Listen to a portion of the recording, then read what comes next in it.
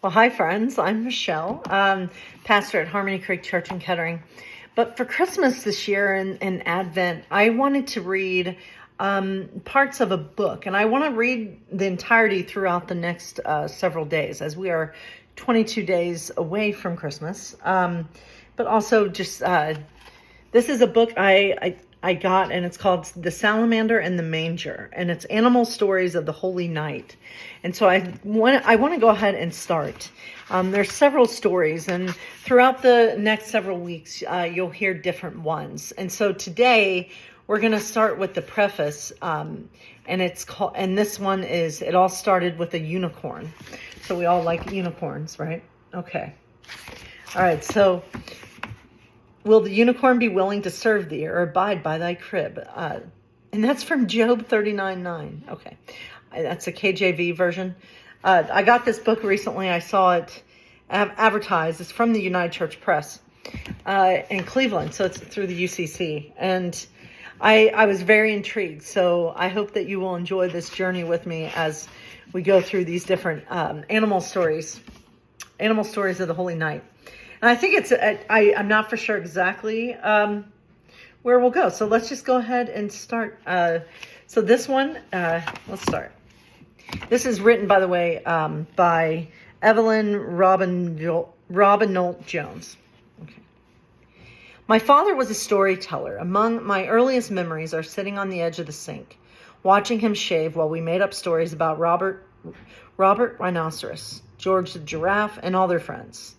Dad was also a pastor. He and my mother served as co-pastors of 4 United Church of Christ congregations over the course of 30 years. In 1982, they moved to Walla Walla, Washington, to serve what would be their final congregation. Not long after they arrived, a member shared that she wanted to make the church a ceramic crochet set for Christmas Eve. To show what the glaze would look like, she brought in a unicorn. The unicorn sat in the window where it attracted light, and according to Dad, he and the unicorn enjoyed engaging in the creative process.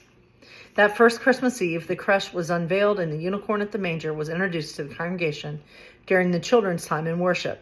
Each year thereafter, the ceramic artist presented Dad with a new figure to add to the creche. He unwrapped it with great ceremony at the front of the church, and with the children assembled around him, improvised a story. These stories eventually led to his first book, The Unicorn at the Manger. The creche itself is now in my living room, and I write with the unicorn gazing benevolently at me and channeling Dad's spirit of creativity. In 1992, I married a soon-to-be United Church of Christ pastor. In 1995, my husband began serving his first congregation in the Royal Foothills of Western New York State. At the Christmas Eve service at Wellsville that first year, I told the tale of the unicorn at the manger. Each subsequent Christmas Eve, I told one of the stories from my dad's book. Dad's last story, The Hamster at the Manger, was written for my children at a time when a hamster named Lou was a very important member of the family. I shared it at Christmas Eve service at the Wellsville Church. And it is included in this book, a link between Dad's work and my own. Not all his stories worked with my voice or style as a storyteller. I was never confident enough to improvise stories on the spot, so I began writing my own material. When we moved to a new church in 2013 in the great North Woods of New Hampshire, I continued telling my own stories, beginning with The Moose at the Manger. This book is my own collection of manger tales. It also includes an Easter tale, originally shared on video in the middle of the COVID-19 pandemic, when we all need to be reminded that there was still hope and joy in the world. Several characters appear in all the stories across 2 generations of storytellers. The unicorn is a steady voice for kindness and creativity. The Holy Family is there as well, with Mary and Joseph sharing their son's message of inclusion and acceptance. The other constant voice is the cow with the crooked horn, who is the boss of the Bethlehem stable and prioritizes order above all else. She is a reluctant witness to the message of God's unexpected presence. Stories have the power to transform into healing ways that are not always obvious. One of my dad's favorite sayings was, God made us because God loves stories.